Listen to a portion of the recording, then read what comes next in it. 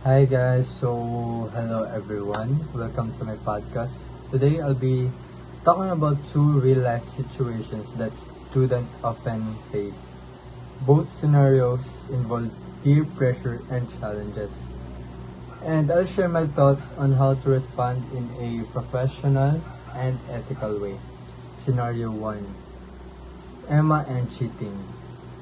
Emma is in high school where her classmates frequently share answers and cheat on assignments. The teacher is strict but does not notice the cheating because it's done. Emma feels pressured to join in to fit in with her peers, but she is also committed to maintaining her academic integrity. She must decide whether to conform to the cheating culture to avoid conflict or to stand firm against it, risking her social acceptance. So, the questions is number one, what ethical standards should Emma uphold in this situation?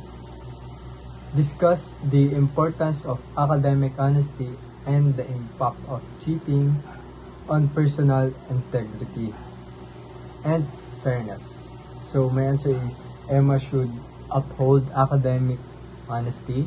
Cheating may give temporary success, but it destroys fairness and her personal integrity.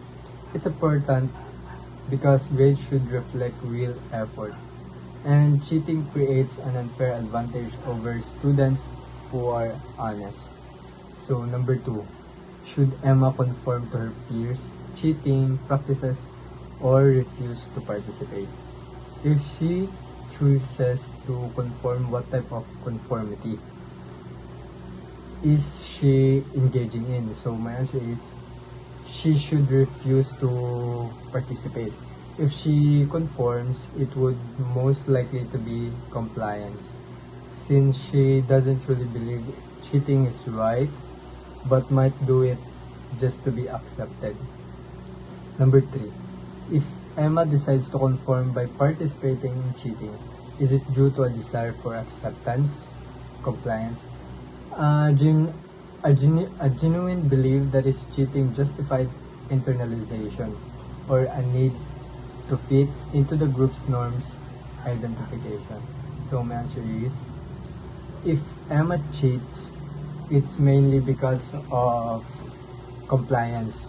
She would be doing it to gain acceptance, not because she thinks cheating is really okay, diba?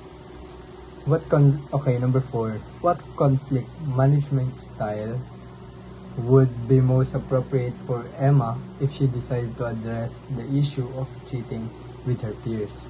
Why? So, the best style would be collaborating. Emma can talk with her peers and suggest positive alternatives like group study sessions.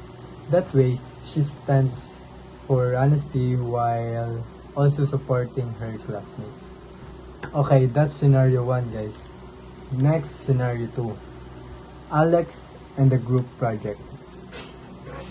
Alex is assigned to a group project where the group members expect him to take on more than his fair share of work.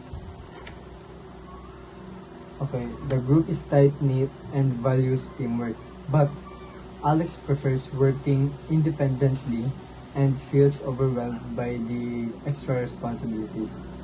He must decide whether to conform to the group's expectation by increasing his contribution or to assert his own preferences, which might lead to conflict with his classmates. So the questions is, number 1, what ethical standards should Alex consider in this situation? Discuss the importance of fairness and equitable contribution in group work, and how balancing personal preferences with team expectations impacts group dynamics. So my answer is, Alex should consider the ethical standard of fairness. Group work should involve equal effort from all the members. If one person cares too much, it causes imbalance and resentment. Balancing his own preferences with group needs is important so that teamwork remains healthy. Okay, number 2. Should Alex conform to the group's expectation by increasing his contribution?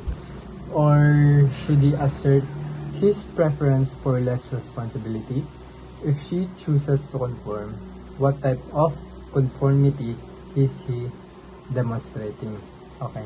My answer is, if Alex conforms, it would be a case of identification. He doesn't really prefer it, but he takes more work to it to fit in with the group's norms of teamwork. Number 3. If Alex decides to conform by taking on more work, is it because he wants to gain acceptance from his team? Or he genuinely believes in the value of teamwork? Or he wants to align with the team's norms? My answer is, it could be both compliance and identification. Compliance because he might just want the acceptance from the group, and identification because he wants to belong and match the group's culture. Okay, lastly, number 4. What conflict management style would be most effective for Alex if he chooses to discuss and resolve the workload distribution issue with his team? Why? Okay, my answer is, the most effective style would be collaborating. By openly discussing the issue, Alex can explain that he feels overwhelmed and suggest a fairer division of tasks. Collaboration ensures both his well-being and the success of the project. So in summary, Emma's case teaches us the value of academic honesty, while Alex's case highlights fairness in teamwork. In both situations, professionalism means standing up for what is right while also respecting others. By using collaboration, students can handle conflicts in a way that's fair and constructive. So, thank you for listening my podcast. This is Leifeb Damian V. Melgado, and I hope this discussion helps you think about how to act professionally in challenging situations. See you next time.